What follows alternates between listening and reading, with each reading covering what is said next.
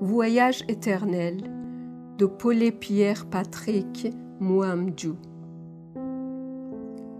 L'enfant dit « Peux-tu me lire une histoire ?» Elle ouvrit le grand livre et tout un monde enchanté en sortit. Et la petite chambre s'emplit de vie et de bruit. Et l'enfant prit le train de voyage. La locomotive l'emmena parcourir l'empire du soleil levant. Il parcourut le Yangtze-Kiang sur une jonque. Il fabriqua des yaks, des cobras, des tigres, des éléphants en origami. Il célébra l'ère de Meiji avec le Mikado et invita la vieille impératrice Gandhi au cirque de Pékin. Il consola l'empereur dans le mausolée du Taj Mahal avant de lui conter les 1001 nuits. La locomotive traversa l'océan Indien d'un trait, et voici l'Afrique, belle, naturelle, sauvage, exotique. Le Nil, mer fertile où coule le lait et le miel. Il passa dans la savane africaine avec ses girafes au long cou, ses éléphants, ses crocodiles, ses lions, ses singes, ses gazelles, ses léopards de Kenya. Il emmena les pharaons et les reines faire du safari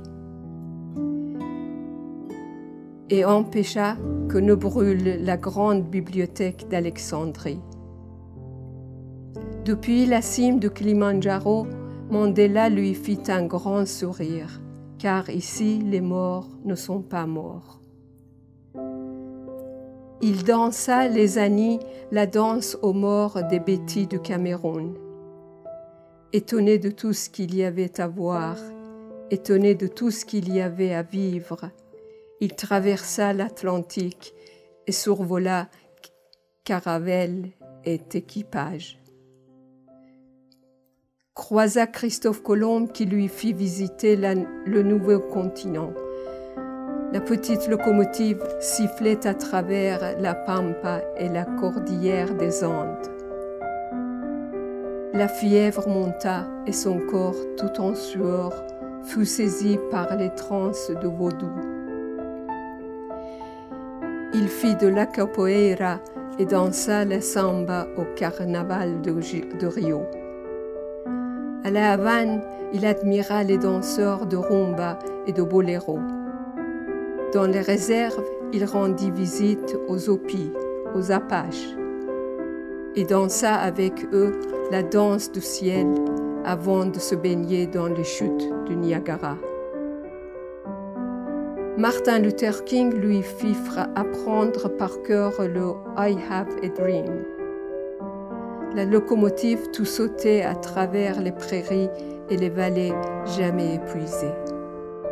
Le vieux continent s'offrait dans toute sa splendeur. Il parcourut les arènes de Nîmes et d'Arles, visita le Colisée de Rome et de Vérone. Il assista à la chute du mur de Berlin. La locomotive l'emmena 1000 lieues sous les mers. Il explora les mondes perdus d'Atlantis sur le dos de la petite sirène de Copenhague. Il montra à Léonard de Vinci le secret du sourire de la Joconde. La petite locomotive arriva à la gare. Il était 11 heures du soir. L'enfant dormait, le visage calme. L'infirmière referma le livre et tira sur lui les draps. Lentement, tout retomba. Décors et paysages s'effacèrent comme par magie. Fioles, thermomètres, téléviseurs et jouets reprirent leur place.